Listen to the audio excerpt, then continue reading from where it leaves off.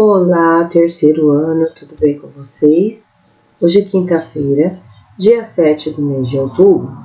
Nós vamos dar continuidade na nossa apostila de História e Geografia, na página 102. As comunidades quilombolas. Nós vínhamos estudando sobre as comunidades tradicionais, que são famílias, que moram na zona rural, elas preservam suas culturas, seus costumes, e cada uma tem a sua maneira de se organizar, de viver. Nós vemos que comunidades indígenas é uma forma de comunidade tradicional. Nós vimos também que tem os vazanteiros, que são aquelas pessoas que vivem nas margens úmidas e férteis do Rio São Francisco. Nós vimos as comunidades caiçaras e também as comunidades pantaneiras. Hoje nós vamos conhecer um pouquinho sobre as comunidades quilombolas, Você aprendeu que durante muitos anos chegaram ao Brasil pessoas escravizadas, trazidas da África. Elas eram obrigadas a trabalhar nas lavouras das fazendas. Muitas dessas pessoas resistiam a essa condição e fugiam, e se escondiam em matas fechadas e áreas distantes.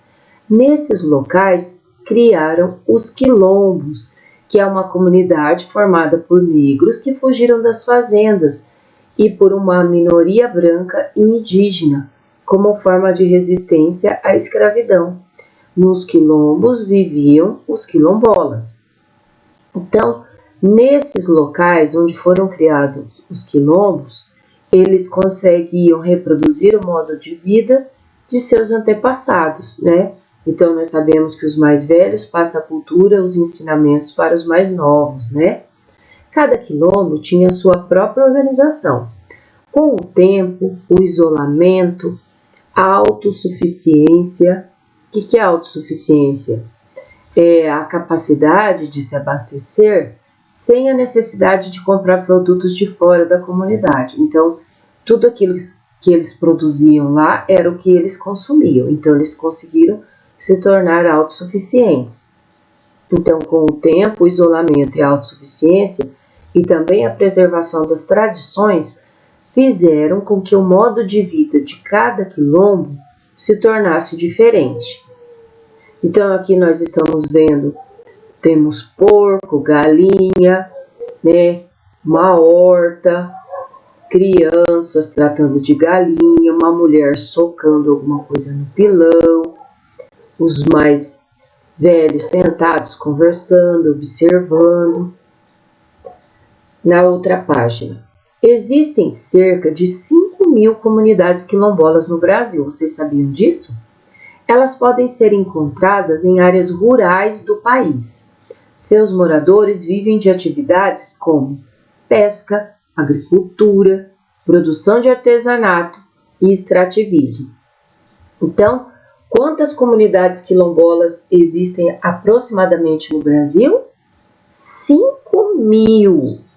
Então, o título desse mapa: Territórios quilombolas reconhecidos no Brasil, certo? Porque com certeza deve existir outros, Mas registrados mesmo, reconhecidos, tem 5.000, Então, cada plaquinha amarela dessa é onde tem uma comunidade quilombola, tá? Aqui o mapa do Brasil com o nome de todos os estados, certo? Na outra página, assim como em outras comunidades tradicionais, a terra é utilizada de forma comunitária e sustentável. Os trabalhadores fazem a manutenção das plantações, irrigando-as e protegendo-as de pragas. Também preparam a terra para as épocas de plantio. Após a colheita, os alimentos são armazenados em celeiros e distribuídos de acordo com as necessidades de cada família. nada é desperdiçado. Quando há sobra, essa sobra é vendida na cidade mais próxima e o dinheiro é utilizado para a compra de utensílios que serão usados por todos. Essas comunidades vivem do extrativismo, como a coleta de castanha, açaí, borracha, óleos, frutas e outros itens. Também são praticadas a pesca e a criação de animais, como bois e porcos. Caso falte algo para alguma família, todos ajudam. Assim, a solidariedade garante a sobrevivência. Olha que fartura aqui de verduras, hein? Então, aqui é uma produtora rural em plantação orgânica em comunidade quilombola, Garopaba, em Santa Catarina, no ano de 2020. Que legal, né? Página 105, leia a placa que identifica 2 quilombos aos visitantes. Quilombos, Caonge e Dendê, Rota da Liberdade, turismo étnico de base comunitária. O que é étnico? É o que pertence a um grupo com a mesma origem e história ou que é próprio dele, que se identifica por suas tradições, culturas, religião e língua. Por que será que está escrito aqui nessa placa, Rota da Liberdade? Porque os negros, que são a maioria que moram nos quilombos, eles eram o quê? Eles eram escravizados. Os quilombos foram formados por escravizados fugitivos e eles tiveram a oportunidade, a partir do momento que eles se abrigaram no meio das matas e criaram os seus quilombos, eles tiveram a oportunidade de se tornarem livres, né? Por isso que os moradores chamam a região de Rota da Liberdade. Aqui nós temos uma sugestão de leitura, O Marimbondo do Quilombo. Que tal embarcar nas incríveis aventuras de um pequeno moleque e o carcará? Nessa história, o leitor vai aterrissar em meio aos cristais, brincar com o eco das cavernas dos quilombos de Eldorado e escorregar no baobá gigante de Kissambi. Outra sugestão, histórias africanas para contar e recontar. Nesse livro você encontrará histórias fantásticas e divertidas que revelam costumes africanos.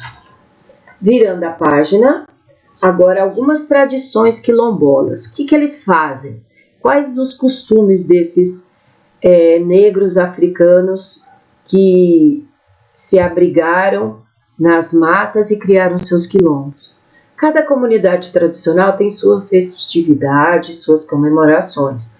Nos quilombos, as danças de roda, com batuque ou samba ao som de tambores e cantigas, mantêm vivas as tradições locais.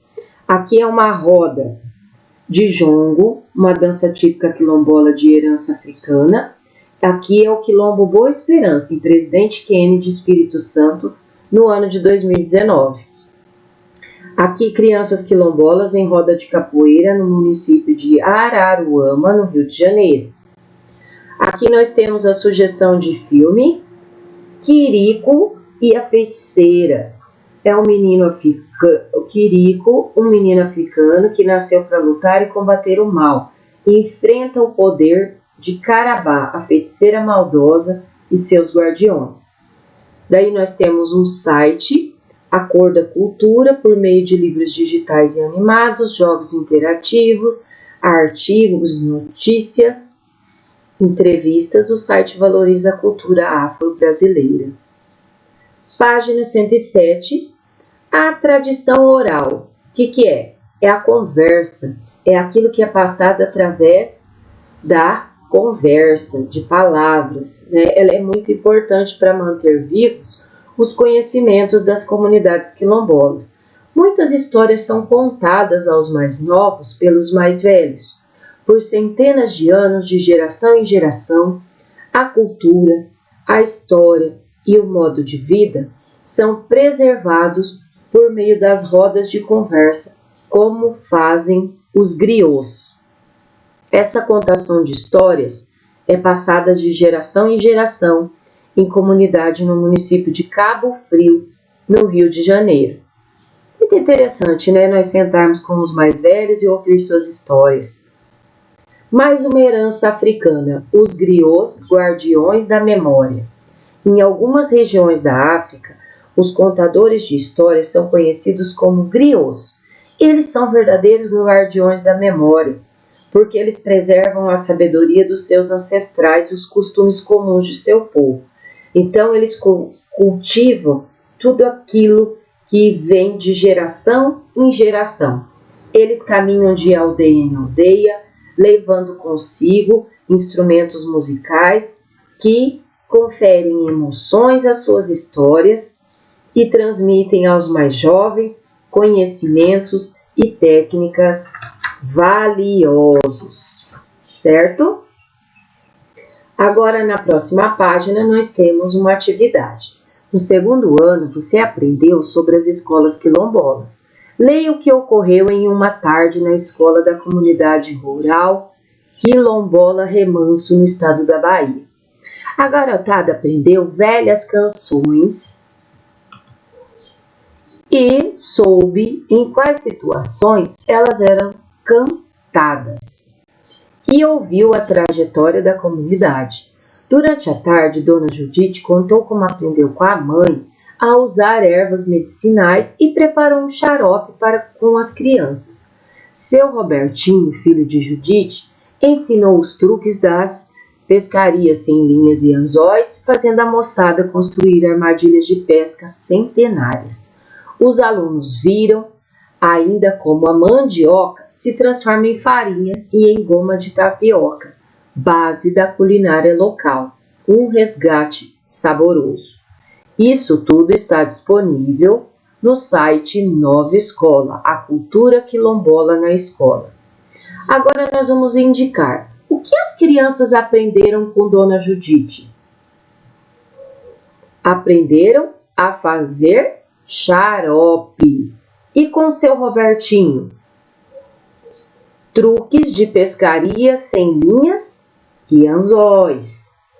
Quais foram os outros aprendizados? Velhas canções. Eles aprenderam também em que situações essas canções eram cantadas. Eles aprenderam sobre a mandioca, transformar a mandioca em farinha e goma de tapioca, certo? Nesse encontro, de que maneira os aprendizados foram transmitidos? Foram transmitidos pela leitura de livros, pela fala dos mais velhos, pesquisando na internet, pela demonstração de como se faz algo ou assistindo TV. Temos duas maneiras: pela fala dos mais velhos e pela demonstração de como se faz algo. Muito bem, então hoje nós aprendemos um pouco mais sobre as comunidades quilombolas, que são comunidades tradicionais, um pouco da sua cultura, dos seus costumes, das suas tradições. Certo, terceiro ano? Muito bem, então.